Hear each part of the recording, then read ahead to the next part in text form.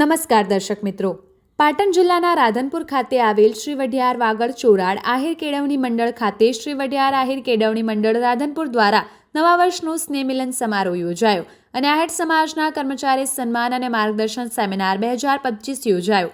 આ પ્રસંગે મુખ્ય મહેમાન તરીકે પીએસઆઈ આરજે રામની ઉપસ્થિતિમાં આ પ્રસંગે આહિર સમાજના પ્રમુખ હરદાસભાઈ આહિર અને બાબુભાઈ આહિર પૂર્વ પ્રમુખ અને દિનેશભાઈ આહિર ઉપપ્રમુખ અને જલાભાઈ આહિર મંત્રી અને ભોજાભાઈ આહિર અને જીવાણભાઈ આહિર મહામંત્રી, સીમાજન કલ્યાણ મંચ અને ભગવાનભાઈ આહિર અગ્રણી વાગડ આહિર સમાજ, કુંભાભાઈ આહિર અગ્રણી ચોરાણ આહિર સમાજ અને નવધણભાઈ આહિર ઉપપ્રમુખ અને પૂનમભાઈ આહિર મંત્રી સાહિત્યના મહાનુભાવની ઉપસ્થિતિની અંદર કાર્યક્રમ યોજાયો।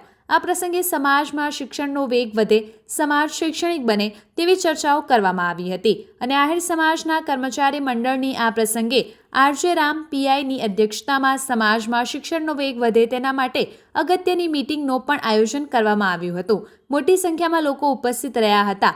સમાજ દર્શન અને એકતાનું પ્રતીક જોવા મળ્યું હતું। આવા જ અવનવા સમાચારો માટે જોતા રહો અર્થ પડકાર ન્યૂઝ। સંવાદદાતા વસંત કડિયા, પાટણ।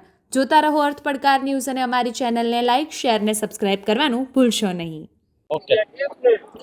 આજે વઢિયાર વાગડ અને ચોરાડ આહિર સમાજ આયોજિત સ્નેહ મિલન કાર્યક્રમ તેમજ તમામ કર્મચારીઓનું સન્માન કાર્યક્રમ તેમજ માર્ગદર્શન સાહેબશ્રીએ આપ્યું।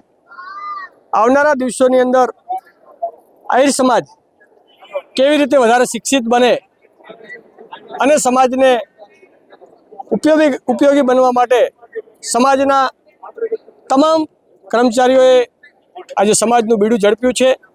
આવનારા દિવસોની અંદર આ વટવૃક્ષ એવડું મોટું બનશે કે આજે 1 થી 10 ધોરણની સ્કૂલ ચાલુ છે, આવતા વર્ષે 11-12 ચાલુ થશે અને 11-12 સાયન્સ પણ અહીંયા ચાલુ છે।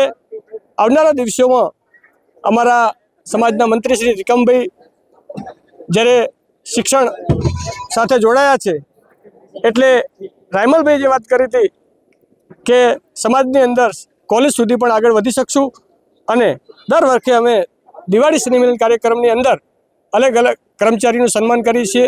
આગલી વખત ડૉક્ટરોનું સન્માન કર્યું હતું।